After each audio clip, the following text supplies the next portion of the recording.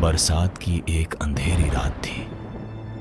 बिजली आसमान में चमक रही थी और तेज हवा पुराने पीपल के पेड़ को झकझोर रही थी। आज से 15 साल पहले उसी गांव में एक लड़की रहती थी, रजिया। रजिया बहुत खूबसूरत थी। बड़ी बड़ी आंखें, लंबे काले बाल और चेहरे पर मासूम मुस्कान। गांव के कई लड़के उसे पसंद करते थे, लेकिन उसका दिल सिर्फ एक लड़के के लिए धड़कता था, आरिफ। आरिफ शहर से पढ़ाई करके गांव आया था। वह मीठी बातें करता, बड़े बड़े सपने दिखाता और रजिया से कहता, मैं तुमसे शादी करूंगा रजिया, तुम्हें कभी छोड़कर नहीं जाऊंगा। रजिया ने उस पर आंख बंद करके भरोसा कर लिया। दोनों रोज शाम को गांव के बाहर पुराने कुएं के पास मिलते। बारिश हो, ठंडी हवा हो या अंधेरा, उनका मिलना कभी नहीं रुका। एक दिन आरिफ ने कहा, अगर तुम मुझसे सच में प्यार करती हो तो मेरे साथ शहर चलो, हम वहीं नई जिंदगी शुरू करेंगे। रजिया मान गई। उस रात वह घर से कुछ गहने और पैसे लेकर आरिफ के पास पहुंची। दोनों जंगल के रास्ते शहर की ओर जा रहे थे, लेकिन आधी रात को आरिफ अचानक रुक गया। उसकी आंखों में अब प्यार नहीं था। उसने रजिया से गहने और पैसे छीन लिए। रजिया रो पड़ी। आरिफ, ये क्या कर रहे हो? तुमने कहा था तुम मुझसे शादी करोगे। आरिफ हंस पड़ा।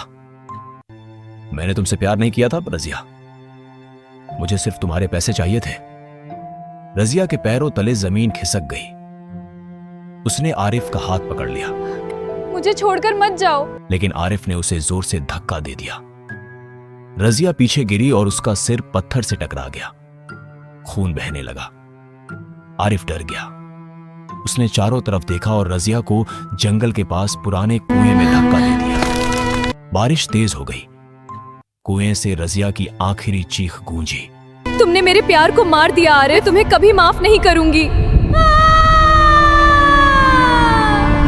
अगले दिन गांव वालों को उसकी लाश मिली। आरिफ गायब हो गया, लेकिन कहानी वहीं खत्म नहीं हुई। उस रात से गांव के लोगों ने अजीब बातें देखनी शुरू की। कुएं के पास एक लड़की रोती दिखाई देती, कभी सफेद कपड़ों में, कभी खून से लथपथ। जो भी जवान लड़का उसके पीछे गया, वह या तो पागल हो गया या मर गया।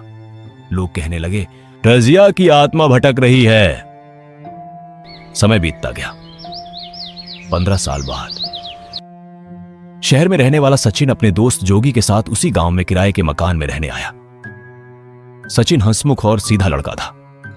एक शाम वह बाजार से लौट रहा था कि अचानक बारिश शुरू हो गई। वह भागकर एक पुराने मंदिर के बरामदे में खड़ा हो गया। वहीं उसने उसे पहली बार देखा। एक लड़की भीगी हुई लाल साड़ी में। उसने मुस्कुराकर कहा, बारिश कभी कभी लोगों को मिला देती है। सचिन उसे देखता रह गया और पूछा, तुम्हारा नाम? सुनैना। उस दिन दोनों देर तक बातें करते रहे। सुनैना बहुत समझदार लग रही थी। वह सचिन की हर बात ध्यान से सुनती, उसकी पसंद नापसंद जानती और हमेशा कहती, मुझे लगता है हम पहले भी कहीं मिल चुके हैं। धीरे धीरे दोनों रोज मिलने लगे। कभी नदी किनारे, कभी पुराने बाग में, कभी उसी मंदिर में। सचिन को उससे प्यार हो गया। जोगी ने एक दिन पूछा, कौन है ये लड़की? मैंने इसे गांव में कभी नहीं देखा। सचिन हंस पड़ा। तू नहीं समझेगा, ये अलग है। लेकिन जोगी को कुछ अजीब लग रहा था। एक शाम उसने दूर से सुनैना को देखने की कोशिश की। जैसे ही वह पास पहुंचा, सुनैना गायब हो गई। सिर्फ ठंडी हवा का झोंका बचा। जोगी सिहर उठा। उधर सचिन पूरी तरह प्यार में डूब चुका था। एक दिन उसने सुनैना से कहा, मैं तुमसे शादी करना चाहता हूं। सुनैना कुछ पल चुप रही, फिर उसकी आंखों में आंसू आ गए। अगर मैं तुम्हारी जिंदगी बर्बाद कर दूं तो? तुम कभी ऐसा नहीं कर सकती। सुनैना ने बस धीमे से मुस्कुरा दिया। उस रात पहली बार सचिन ने एक अजीब सपना देखा। वह पुराने कुएं के पास खड़ा था। कुएं से किसी लड़की के रोने की आवाज आ रही थी और फिर खून से भरा एक हाथ बाहर निकला। सचिन चीख कर उठ बैठा। अगले दिन वह सुनैना से मिला। उसने देखा कि सुनैना के हाथ पर चोट का निशान था। यह कैसे हुआ? सुनैना घबरा गई। कुछ नहीं, पुरानी चोट है। अब अजीब घटनाएं बढ़ने लगी। सचिन जहां जाता सचिन। उसे सुनैना की आवाज सुनाई देती। सचिन। रात में उसके कमरे के बाहर किसी के चलने की आहट आती। एक बार उसने खिड़की खोली तो दूर सड़क पर सुनैना खड़ी थी, लेकिन अगले ही पल वह गायब हो गई। जोगी ने फैसला किया कि वह सच्चाई पता करेगा। उसने गांव के बुजुर्गों से पूछताछ शुरू की। जब उसने सुनैना का हुलिया बताया, एक बूढ़े आदमी का चेहरा बदल गया और वह कांपने लगा। वो सुनैना नहीं है, वो तो रजिया है। और उसने पूरी कहानी बता दी। जोगी के हाथ कांपने लगे। उसी रात सचिन सुनैना का इंतजार करता रहा, लेकिन वह नहीं आई। 4 दिन बीत गए। सचिन बेचैन हो गया। उसने उसका पता ढूंढा, मगर ऐसा कोई घर था ही नहीं। अब कहानी उस रात पहुंचती है, आधी रात। सचिन नींद न आने पर छत पर गया। चारों ओर सन्नाटा था। तभी पानी की टंकी के पास उसे एक साया दिखाई दिया। फिर रोने की आवाज।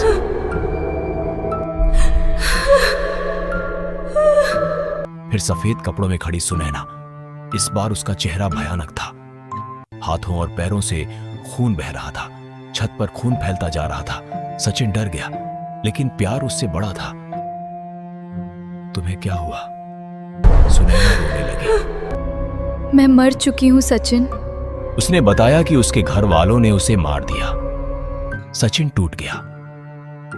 मैं तुम्हारे बिना नहीं जी सकता। तभी सुनैना की आवाज बदल गई, धीमी, ठंडी, डरावनी। अगर सच में प्यार करते हो तो मेरे पास आ जाओ। उसने रेलिंग की ओर इशारा किया। सचिन जैसे सम्मोहित हो गया। वह रेलिंग पर चढ़ गया। नीचे अंधेरा था। उसने पीछे मुड़कर देखा। अब सुनैना नहीं थी, वह रजिया थी। आंखें काली, चेहरा खून से भरा और होंठों पर डरावनी मुस्कान। एक और धोखा खाया हुआ प्यार अब हमेशा के लिए मेरा होगा। सचिन कूदने ही वाला था कि अचानक किसी ने उसे पीछे खींच लिया। वह जोर से छत पर गिर पड़ा। जोगी उसके ऊपर झुका हुआ था। उसके पीछे सचिन के माता पिता खड़े थे। होश में आ सचिन, सचिन हांफते हुए बोला। रजिया कहां गई? जोगी ने कांपती आवाज में कहा। वह 15 साल से यही कर रही है। प्यार के नाम पर लड़कों को मौत की तरफ बुलाती है। सचिन ने चारों ओर देखा। छत बिल्कुल साफ थी। न खून, न पैरों के निशान, न कोई लड़की। वह रो पड़ा। मैं सच में उससे प्यार करने लगा था। जोगी ने उसका कंधा पकड़ा। वह तुम्हारा प्यार नहीं, तुम्हारी कमजोरी बन गई थी। सब नीचे जाने लगे। सचिन सबसे पीछे था। जैसे ही उसने छत का दरवाजा बंद किया, उसके कान के पास फुसफुसाहट हुई। सचिन, इस बार तुम बच गए, लेकिन मैं फिर आऊंगी। उसका दिल रुक सा गया। उसने पलट कर देखा। पानी की टंकी के पास सफेद कपड़ों में एक लड़की खड़ी थी। धीरे धीरे उसका चेहरा रजिया से सुनैना में बदलने लगा और फिर वह अंधेरे में गायब हो गई।